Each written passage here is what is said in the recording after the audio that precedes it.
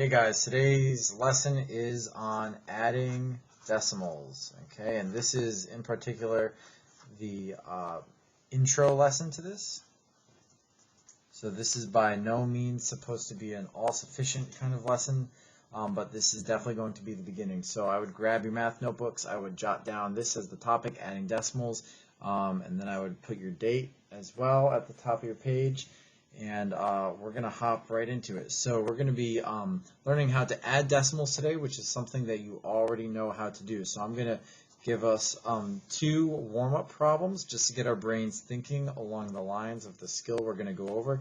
So the first thing I want you to do is add 768 plus 59, and I want you to show this on paper using an algorithm, so add it out as if they're really big numbers. And then the second problem I want you to do is add $36.29, add that to $45.52.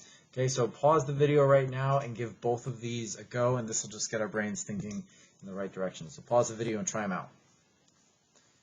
All right, hopefully you tried, pause the video and tried both of these problems. Why don't you watch how I solve them, see if you solved them the same way, and if you got the same answer. So 768 plus 59. Now I'm going to line up the place values, right? I'm going to line up the place values. So I'm going to put the ones in the ones column, tens in the tens column, so forth. So I wrote down 768 and then 59. So I'm going to put 9 in the ones column. I'm going to put the 5 in the tens column. This is a warm-up problem for this lesson because that is a big part of adding decimals, right? That's our ultimate topic. This is just our part of our warm-up problem. So hopefully you knew line up the place values. So that 5 should be in the tens, not 5 under the 7, 9 under the 6. And then we're going to also use the skill of regrouping. So we're going to say 8 plus 9 is 17, and we know that the 7 goes down in the ones, but because it added up to above 10, we put the 1 above the tens place, because that really is 110. And then I'm going to go 10 plus 60 plus 50, right? Or if we do it simply, we say 1 plus 6 plus 5, we would get 12. And then that's also another situation where we use regrouping, and we'd have 100 plus 700, or 1 plus 7 is 8. And our answer would be 827. Okay, so if you got the same answer, give yourself a check next to that. That means you probably understand the concept of regrouping pretty well. It also means you probably understand that you're supposed to line up the place values before adding numbers. Okay, so give yourself a check if you got that. If not, you know that adding decimals might be tricky because of one of two of those things. Okay, so try to figure out which one it might be. Maybe focus on that. Okay, here's the second one, $36.29 plus $45.52. Maybe you've never added up money before, maybe you have, but I'm sure you've all heard money used in situations when referencing decimals, right? If you just cover the dollar sign, and call it cover the dollar sign, all of a sudden it's just numbers with decimals. So once again, we're going to say first start by adding or lining up the place values, so $36.29, and then $45.52. Okay, some people might tell you line up the decimals, and that works sometimes, but sometimes you are adding up numbers without decimal points, so that's not a rule that will work every single time. So we try not to remember that rule, but we try to remember something that works every time, which is line up the place values. So you can see tens, ones, tenths, and hundredths, right? Or cents, because we're talking about money. So we'll add these up, and let's see if you did the same thing as me and got the same answer as me. So 9 plus 2 is 11. Another situation with the regrouping. 1 plus 2 is 3. 3 plus 5 is 8. We're going to put the decimal point right there, right? So we're keeping everything in nice straight columns. Notice I'm using the lines on the paper. 6 plus 5 is 11. So 11 is 110, and then 1, 1. Then 1 plus 3 is 4, plus 4 is 8. So we would have $81.81. Okay? If you got that one correct, give yourself a check. If you didn't, Go back and ask yourself, did you line up the place values? Did you regroup correctly? Did you use your math facts, addition facts, right? That's a huge part of this, okay? We're going to do 3 problems for this lesson. So that was our warm-up. Let's do 3 example problems for adding and subtracting decimals. And what I recommend is, if you're a person who's feeling pretty strong in this already, maybe you got both the warm-ups right, maybe you've added decimals before, then before I go over the problem, when I write it down, just pause the video and try it out. And that'll give yourself some confidence to know that maybe you do really already know the skill pretty well. So our first example problem, number 1, is 35 and 7/10 plus 7 and 52 hundredths.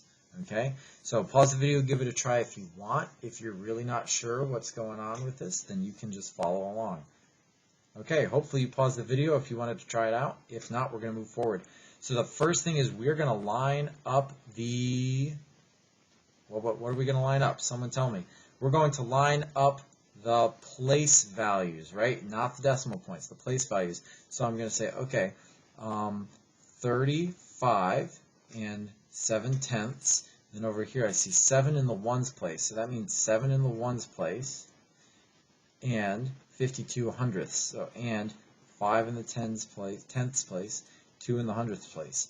Then I'm going to draw this line, my addition symbol, and I'm going to recommend that you also put a 0 here, right? We know that doesn't change the value of the number, but what it does do is it does put something in that place value, so it just helps us keep everything lined up. Okay, so I'd say, okay, 0 plus 2 is 2, 7 plus 5 is 12, so some regrouping, and we regroup right over the decimal point. We just pretend like it isn't there, basically, because we know that 10 tenths would equal 1 whole, so if I have 12 tenths, I would have 1 whole and 2 tenths left over. Decimal point right there, right?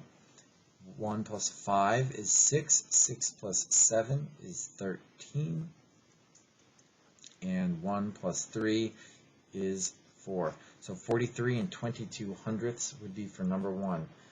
Okay, let's go on to a second example problem.